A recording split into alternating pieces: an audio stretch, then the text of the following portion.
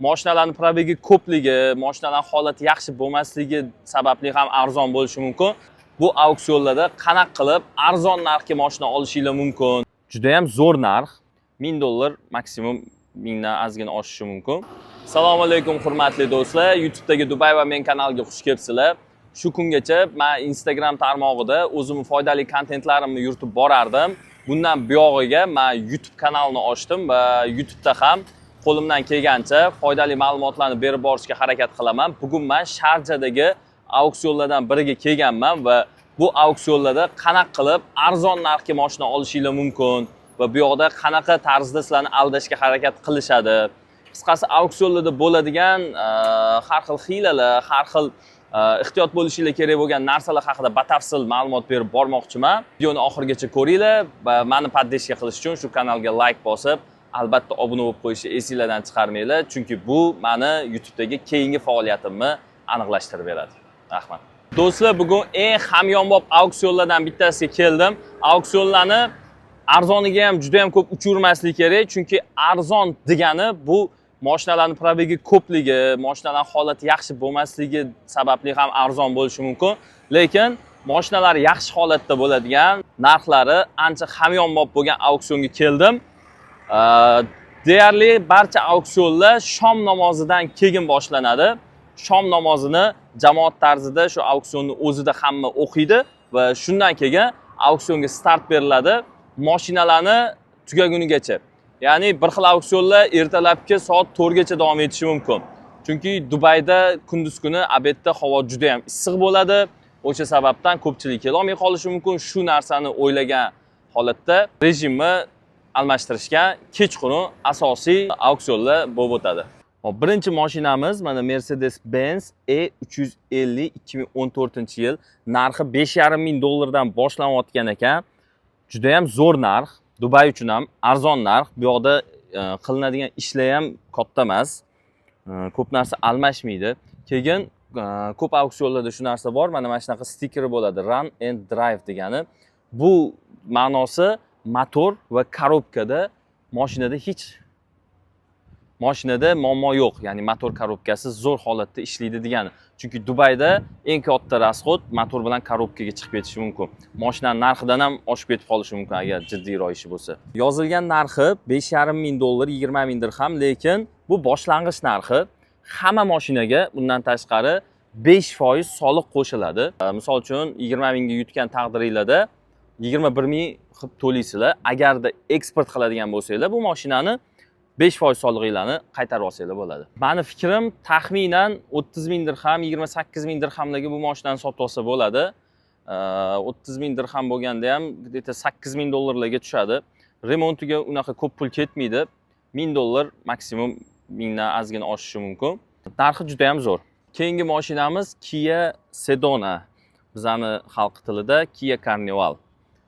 Kia Sedona bilan Carnivalni deyarli farqi yo'q. Ikkalasi bitta mashina. Farqi shundaki, Sedona Amerika uchun ishlab chiqarilgan bo'ladi. Carnival bo'lsa GCC deydi, ya'ni arab davlatlari uchun ishlab chiqarilgan bo'ladi. Narxi 29,000 dirham, $8,000 atrofida, 2020-yil mashina. Holati zo'r deb qo'yishibdi, run and drive. Anaqasi bor, stikeri, motorda muammo yo'q.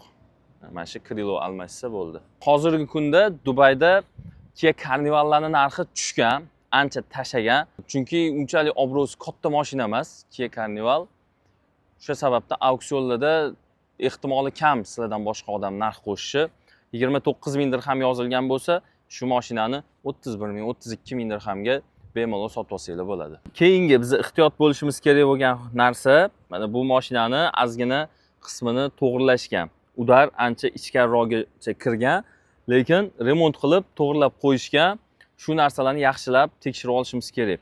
Agarda Dubayga registratsiya qiladigan bo'lsak mashinani, nima deydi, mashinani suyagi butun bo'lishi kerak. Suyagi agar butun bo'lmasa, buni Dubayga registratsiya qilib bo'lmaydi, remontiga ham ko'proq pul ketishi mumkin. Bundan tashqari, mashinani misol uchun 30,000 dirham yozilgan bo'lsa, ya'ni $8,000 yozilgan bo'lsa, sizlarga $8,000 ga sotishmaydi. Qizil chiroq va yashil chiroq degan narsalar bor. 8,000 bo'ldi, siz 8,200 qildingiz, lekin sizdan boshqa odam hech kim chiqmadi. Bu degani mashina sizga sotildi degani emas. Agar tepada qizil chiroq yonib turgan bo'lsa, o'sha yashil chiroq bo'lmagungacha mashinani sotishga ruxsat berishmaydi. Ya'ni bularni o'zini maxinatsiyasi desak ham bo'ladi. Ya'ni mashinaning narxini arzonroq yozib qo'yishadi, lekin o'zlari xohlagan ko'nglidagidek narx chiqmasa mashinani sotishmaydi. Men o'zim juda ham yoqtirgan mashina Travers narxini 29.000 dirham yozib qo'yishgan. Muammosi katta emas, lekin farasi qimmat turadi. Menimcha Krilovni o'zini chiqarsa bo'ladi. Bamferni almashtirgan yaxshi menimcha, lekin bamferi ham qimmatroq turadi ozgina.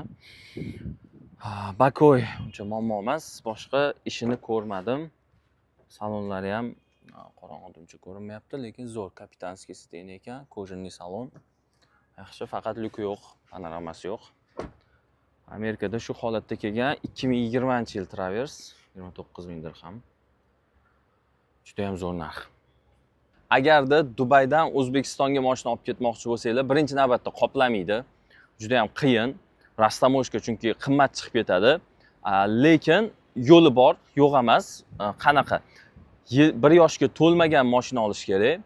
Motori imkon qadar 1.2, uzog'i bilan 1.5 motor bo'lishi kerak. Lekin 1.5 dan tepa motor oladigan bo'lsanglar, rastamoshka katta chiqib ketadi. Narxi O'zbekistondagidan qimmat bo'lib ketadi sizlarga. O'shaning uchun ko'pincha Qirg'iziston, Tojikiston, Rossiyaga, shu davlatlarga o'zimiz esingidan shu davlatlarga eksport qilishadi. Hattoki ko'pchilik shu Sharjada yashaydi, mashina jo'natish bilan shug'ullanishadi. Bunaqa odamlar ko'p. Mashinalarning narxi juda ham zo'r, arzon. Hammasini bitta-bitta obzor qilsak, vaqtimiz cho'zilib ketadi. Zo'r narxga ko'ngildagidek mashinani olsanglar bo'ladi. Dubay uchun remont qilib, shu motoriga qarab, ehtiyot bo'lib olib yaxshisini haydasa bo'ladi. Mana bu running drive bo'lgani bilan garantiya yo'q. Running drive yopishtirib qo'yishadi. Shu mashinani motorida, boshqa narsasida muammosi yo'q, lekin shunda ham garantiya yo'q. Ko'rayotgan bo'lsanglar, mashinani hech qancha qadri yo'q. Joyda oddiy bir buyum sifatida qarashadi. Bu auksionni menga yoqadigan joyi, yashil chiroqni yoqish uchun ko'p kutib o'tirishmaydi. Tez-tez yoqishadi yashil chiroqni va narxlari ham ancha zo'r. Mana shu auksion.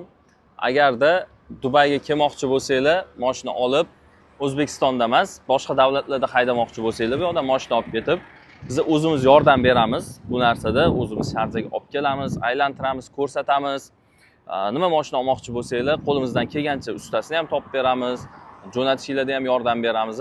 Pastda nomerlarimizni yozib qoldiramiz. Agarda shunaqa xizmatlar bo'ladigan bo'lsa, bemalol bizga aloqaga chiqsanglar bo'ladi. O'zi aslida meni bu joyda tur kompaniyam bor, Dubayda turizm bilan shug'ullanamiz, lekin yangi yo'nalish sifatida qo'shdik. Uni ham mashina olib ko'pchilik Saudiyaga, boshqa davlatlarga olib ketishadi.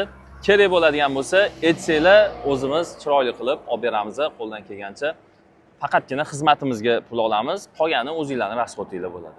Video yoqqan bo'lsa, like bosinglar, yaqinlarga jo'natib qo'yinglar va kommentariyada maksimalniy fikringlarni kutaman. Mendan yana qanaqa videolar xohlayapsizlar, Dubay hayotiga aloqador, sizlarni o'zingizlarni qiziqtirgan qanaqadir mavzular bo'ladigan bo'lsa, yozib qoldiringlar.